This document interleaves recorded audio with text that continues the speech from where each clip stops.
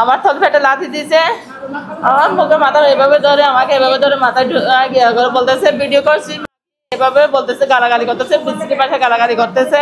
ছেলেরা কি বলবো, আমি বলতে গেলে খারাপই লাগে যে ওনার বুক থেকে মোবাইলটা সদ্য নিয়ে গেছে, অথচ উনি কোনো ভিডিও করে নাই, মোবাইলটা ওনার হাতে ছিল। তো আমরা 6টার দিকে যাব বলছি, আমরা কিছু কিছু টিচার 6টার দিকে গেছি আর কিছু কিছু টিচার যাচ্ছে। তো যাওয়ার পরে আমি প্রায় 7টার দিকে গেছি, ওখানে পড়ছি কলিয়াপাড়ার ভিতরে জাহাঙ্গীর চৌধুরী আছে, জাহাঙ্গীর চৌধুরীর বাড়ির সামনে। তো যাওয়ার পরে কিছু এনজিওর গাড়ি আমরা দাঁড় করাইছি, দাঁড় করানোর পরে হুট করে পুলিশ, ওসি আরিফ, ওরা সবাই মানে যে গেছে ওরা মহিলা পুলিশ ছিল না, সব ছেলে পুলিশ পুরুষ পুলিশ, ওরা গিয়ে মেয়েদেরকে টর্চার করতেছে, মোবাইল বের করতে দিচ্ছে না, টর্চার করতেছে, এমন ভাবে লাঠি চার্জ করতেছে। মেয়ে মানুষ তো, যখন আমি দূর থেকে দেখলাম যে মেয়েদের টর্চার করতেছে, তখন আমি কি করছি, আমার মোবাইলটা বের করছি। এমনি মোবাইলটা বের করার কারণ উদ্দেশ্য ছিল যে আমার মেয়েকে 7টার দিকে গাড়ি আসবে, আমি বের করছি যে ওই জন্য আমি মোবাইলটা ব্যাগ থেকে বের করার সাথে সাথে দেখতেছি আমার দিকে এগিয়ে আসতেছে। তো এখন আমার দিকে যখন এগিয়ে আসতেছে তখন তো আমি দূরে, তো আমি একটু সরে এদিকে যাওয়ার সাথে সাথে আমাকে এভাবে ধরছে, উচি নিচে ধরছে, এভাবে ধরে এই রাস্তার পাশে একটা গিয়েছিল, মানে পাহাড়ে, একটু পাহাড়ের এরকম, এখানে গিয়ে ওরা 3জন ছিল পুলিশ, কোনো মহিলা পুলিশ ছিল না। আমার থল ফেটে লাথি দিছে, আমার মুখে মাথা এভাবে ধরে আমাকে এভাবে ধরে মাথায় গিয়া করে বলতেছে ভিডিও করছি, বলতেছে, গালাগালি করতেছে, বিস্কিটের পাশে গালাগালি করতেছে। গলা আমার সিন নিয়ে নিছে একটা, আমার সিন ওরা নিছে কিনা জানি না, কে নিছে জানি না, ওরা আমাকে এভাবে ধরছে, আমার শরীরে এভাবে হাত দিছে, আমার মোবাইল নিয়ে নিছে, তারপর আমাকে এভাবে মারছে।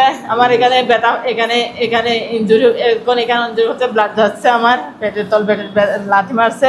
আমাদের দোষটা কি, আমরা টিচার, আমরা গিয়েছি যে ওখানে আমাদের অধিকারের জন্য চাকরি করতে পারে, ক্যাম্পের ভিতরে টিচার, ক্যাম্পের রোহিঙ্গারা জব করতে পারে, সবাই জব করতে পারে, আমাদের স্থানীয়দের ওনারা ছাঁটাই করে দিছে। আবার আমাদের উপর, মহিলাদের উপরে এভাবে টর্চার করতে পারে পুলিশ। পুলিশ কি আমাদের নিরাপত্তা দেওয়ার জন্য গেছে? পুলিশ কি আমাদের নিরাপত্তার জন্য গেছিল ওখানে, নাকি আমাদের লাঠি চার্জ করার জন্য গেছে? মানে 3 জনে পা দিয়ে ওনাকে একদম চেপে ধরছে, চেপে দেওয়ার পরে ওনাকে বুকে আঘাত করছে, হাতাহাতি ওনার বুকে একদম। ছেলেরা কি বলবো, আমি বলতে গেলে খারাপই লাগে যে ওনার বুক থেকে মোবাইলটা সদ্য নিয়ে গেছে, অথচ উনি কোনো ভিডিও করে নাই, মোবাইলটা ওনার হাতে ছিল। 20 থেকে 30 জন পুলিশ নেমে আসছে, নেমে আসার পর ওসি সাহেব কি করছে, আমাকে 3টা এখানে লাঠি চার্জ করছে, 3টা লাঠি দিয়ে বাড়ি মারছে, আরেকটা লাঠি মেরে ফেলে দিছে, ওটা ভিডিও ফুটেছে, ওখানে আছে। আরেকটা টিচার পড়ে গেছে, আমি ওনাকে তুলতে গেছি, ওনারা কি করছে, আমাকে এখানে আরেকটা লাথি মেরে ফেলে দিছে ওখানে রাস্তায়। মানে বুঝতেছি না, আমাদের এতটুকু কনফিডেন্স ছিল যে মানে ওনাদের উপর ওনারা আমাদেরকে আঘাত করবে, আমরা ভাবতে পারি না। আমরা আমাদের এলাকা সচকে দেখেছি মোবাইলটা এখন ওনার হাতে আছে, উনি নিয়ে গেছে ওনাকে। এখন যারা মোবাইল বের করছিল ওখান থেকে আরো কয়েকজনের মোবাইল নিয়ে গেছে। প্রশাসন থেকে এখন কি আশা করছেন? প্রশাসন থেকে আমরা তো ওখানে নামছিলাম আমাদের শান্তিপূর্ণ আন্দোলন করা, আমাদের অধিকারটা আমরা ফিরিয়ে হওয়ার জন্য।